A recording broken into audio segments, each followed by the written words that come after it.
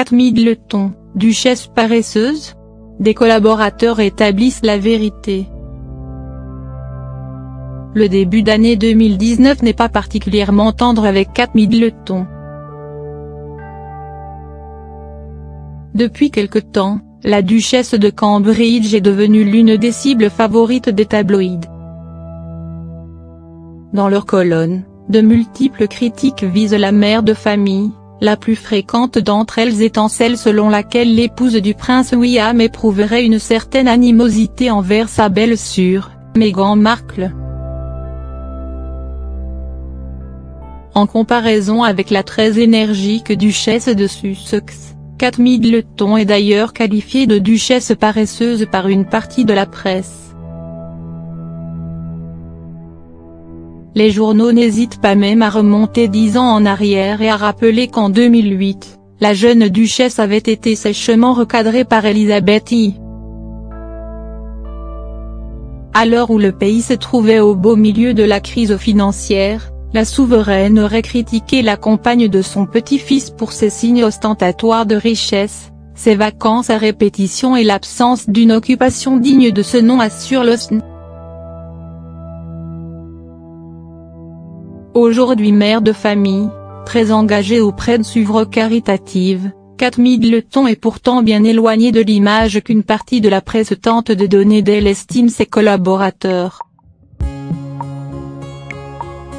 Si Kate Middleton bénéficie bien évidemment au quotidien de l'aide d'au moins une nourrice de haut vol, la duchesse n'en reste pas moins la maman de 3 enfants, George, 5 ans, Charlotte, 3 ans, et Louis, 9 mois.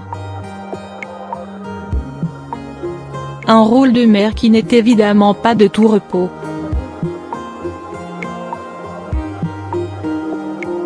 C'est d'ailleurs sur la question de la petite enfance que l'épouse du prince William compte s'investir sur le long terme. Marraine de différentes associations, elle se trouvait cette semaine à Dundee, en Écosse, pour aller à la rencontre de volontaires travaillant pour le groupe caritatif Family Action, venant en aide aux familles dans le besoin. Elle sent qu'elle peut apporter quelque chose de vraiment significatif sur les décennies à venir, explique un membre de la Royal Foundation créée en 2009 par Kate, William et Harry. Selon ce proche de la duchesse, les questions liées à l'enfance ont le potentiel de devenir la grande cause de Kate Middleton pour le restant de sa vie. Elle est extrêmement sérieuse quand il s'agit de trouver des solutions concrètes aux problèmes que rencontrent les familles avec des enfants en bas âge, assure de son côté le psychanalyste Pete Fonagy, l'homme à la tête du Centre national Anna Freud qui finance la recherche et la formation dans le domaine de la santé mentale des enfants.